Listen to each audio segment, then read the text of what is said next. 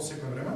За физичките лица воведени се следните 3 електронски услуги: потврда за пријава и одјава во задолжително здравствено осигурување, потврда за осигурано или неосигурано лице и платен придонес и потврда за исплата на доместок за плата за времена привремена спреченост од работа. Овие услуги се само почеток на системска дигитална трансформација и во овој сектор, а не на изолирани технички решенија.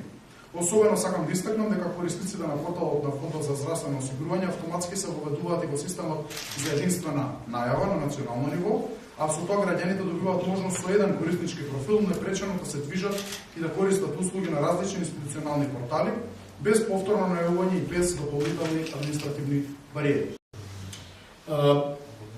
Поставувањето на овие 4 услуги на услуги е овозможено со податочната поврзаност меѓу фондот и Министерството за дигитална трансформација. Меѓутоа, верувајќи дека клучот е во координација во поврзување, исто така сме поврзани со Агенцијата за вработување, со управата за водење на матични книги, со Министерството за социјална политика, Централниот регистар е во подготовка. Имаме директно поврзување со две важни институции за нас, тоа е мојот МИН и управата за јавни приходи.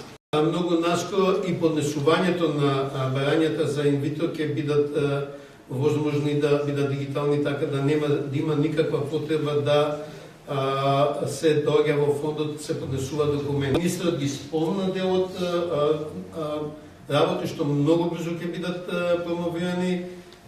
Вкупно 27 услуги ќе бидат дигитализирани. Некој би ги спомнал, например, ќе биде дигитализирана барањата за надомест или рефундација на средства. Познатите, значи граѓаните нема да има потреба да доаѓаат во продажните служби на фондот да поднесуваат барања за рефундација на дали е тоа на ортопедски помагала, дали е на пелени, дали е на лекови.